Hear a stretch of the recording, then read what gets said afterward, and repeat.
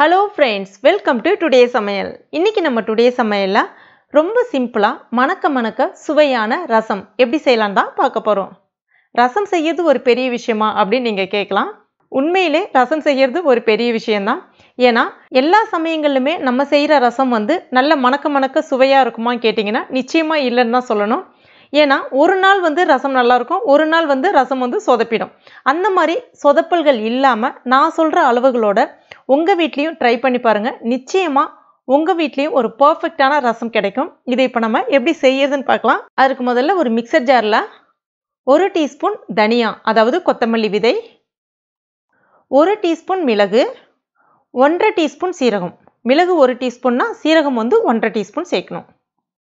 கூடவே ஒரு 8 இருந்து அதாவது 8 9 போல வெந்தயம் சேர்த்துக்குங்க. இது அந்த ரசத்துக்கு நல்ல ஒரு நறுமணத்தை கொடுக்கும்.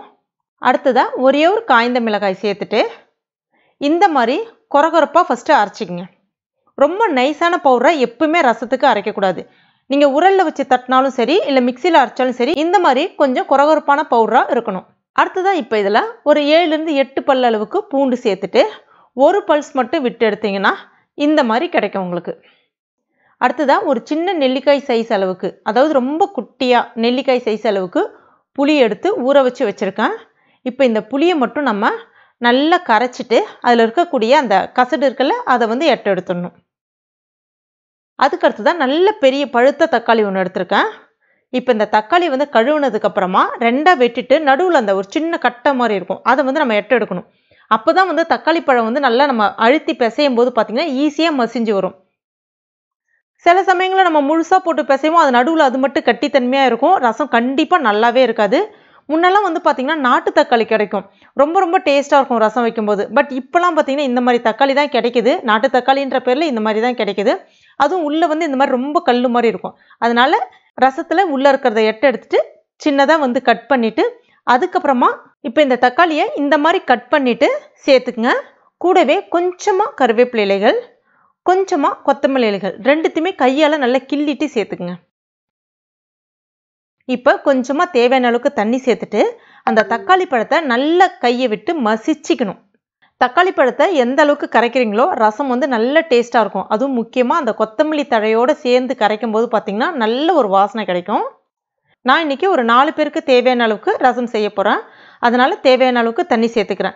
கிட்டத்தட்ட ஒரு 1.5 கப் அளவுக்கு மட்டும் தண்ணி சேர்த்துட்டு கூட இதற்கு தேவையான அளவுக்கு உப்பு, ஒரு 1/4 டீஸ்பூன் அளவுக்கு மஞ்சள் பொடி சேர்த்துட்டு நல்லா ஒரு முறை இந்த மாதிரி கலந்து விட்டுக்க போகிறேன். இது இப்போ ரெடியாக இருக்குது. அடுத்துதான் இதை நம்ம தாளிக்க வேண்டியதான். அதுக்கு ஒரு பேனில் 2 டீஸ்பூன் எண்ணெய் சேர்த்துக்குங்க.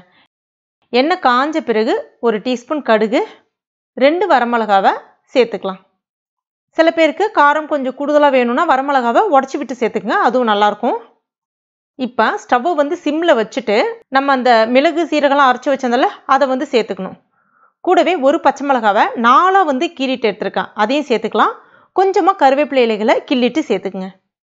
சேர்த்துட்டு ஒரு முறை மட்டும் வதக்கி விட்டுங்க, ரொம்ப நேரம்லாம் வதக்கக்கூடாது. அது எண்ணெயில் பார்த்தீங்கன்னா சில சமயங்களில் கருகி போகிறதுக்கு வாய்ப்பு இருக்குது. அதனால் ரசத்தோட டேஸ்ட்டே இந்த இடத்துல கண்டிப்பாக மாறுறதுக்கு வாய்ப்பு இருக்குது. ஜஸ்ட்டு சும்மா லைட்டாக அப்படி ஒரு முறை கலந்து விட்டுட்டு நம்ம கரைச்சி வச்சிருந்தோம்ல அந்த புளி தண்ணி அதை உடனே சேர்த்துக்கணும். அந்த பாத்திரத்திலே ஒரு 1/2 கிளாஸ் அளவுக்கு தண்ணி சேர்த்து அதையும் இப்போ இது கூட சேர்த்துக்கலாம். கூடவே கொஞ்சமாக பெருங்காய பொடி இந்த இடத்துல சேர்த்துக்குங்க.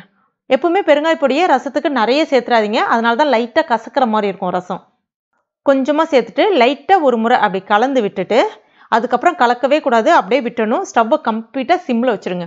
எப்போவுமே ரசம் பார்த்தீங்கன்னா ஸ்டவ்வை நம்ம ஃபாஸ்ட்டாக வச்சு பண்ணவே கூடாது. அது எந்த வகையான ரசமாக இருக்கட்டும் ஸ்டவ்வை கம்ப்ளீட்டாக சிம்மில் வச்சு நிதானமாக அந்த தண்ணி அப்படியே சூடேறி உள்ளே நம்ம சேர்த்துருக்க அந்த தக்காளி எல்லாமே அப்படியே நிதானமாக வெந்து வரணும். அப்படியே அங்கங்கே அப்படியே லைட்டாக பொங்கி வர ஆரம்பிக்கும். எங்கேயாவது ஒரு இடத்துல மட்டும் அந்த கொதி வர ஆரம்பிக்கும்.